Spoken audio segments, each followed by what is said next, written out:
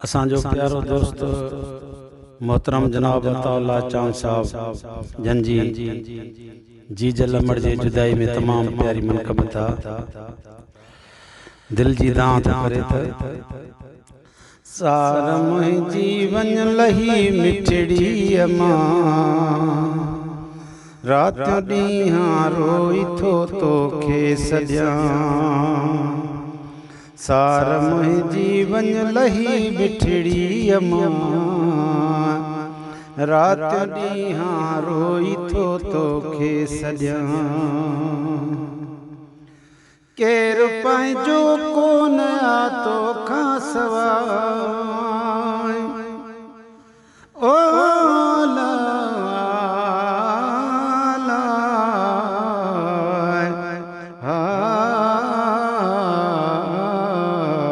हिकु ॾींहुं अताउल्लाह चए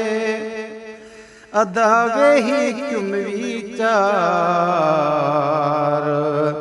छा तुंहिंजी हैसियतड़ी न तो वटि को अन ख़रार अबे अमां जे दुआउनि तोखे पारस बणायो न त हुयुसि मां बेकार अताउल्लाह चांग खे करार मिलियो अबे अमां जे क़दमनि में केरु पंहिंजो कोन आ तोखां सिवाइ केरु पंहिंजो कोन आ तोखां सिवाइ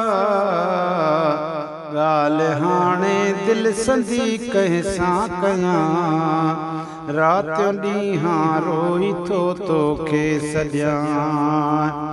सार मुंहिंजी वञ लही मिठड़ी अमां रात ॾींहां रोई थो तोखे सॼां कोन परचाए उगे को लुड़कथो कोन परचाए उगे को लुड़कथो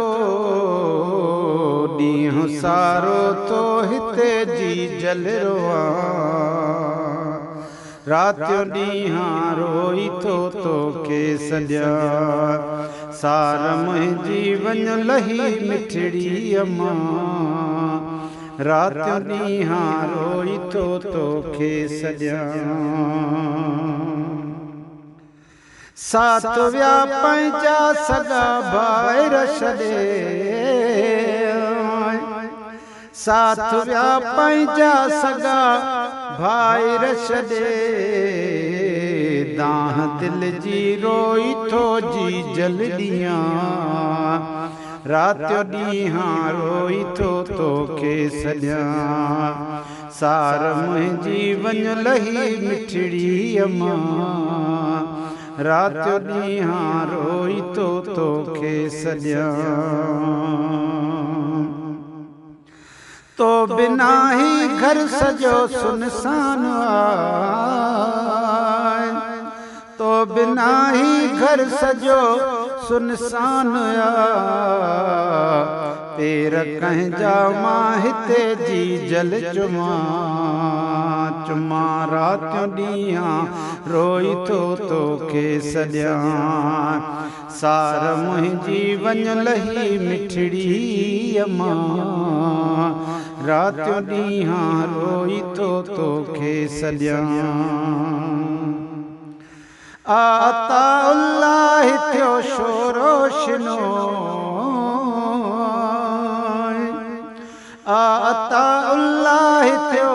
शोरोशनो